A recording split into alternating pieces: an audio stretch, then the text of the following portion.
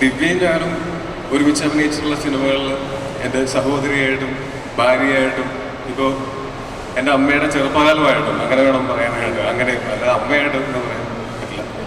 നാളെ മകളായിട്ടും അഭിനയിക്കാനുള്ള അവസരം ഉണ്ടാവട്ടെ എന്ന് ആശംസിക്കുന്നു. പിന്നെ ഈ സിനിമയിൽ ഡേവിഡ് പടിക്കലിൻ്റെ ആദ്യത്തെ ഹീറോയിനാണ് ആൻ ബാവ എന്ന് പറയുന്ന ഭാവന ചെയ്യുന്ന ക്യാരക്ടർ.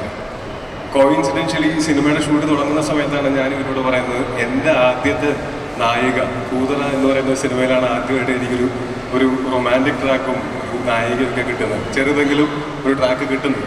എന്തുകൊണ്ടാണ് അപ്പോൾ എൻ്റെ ആദ്യത്തെ നായികയാണ് ഭാവന.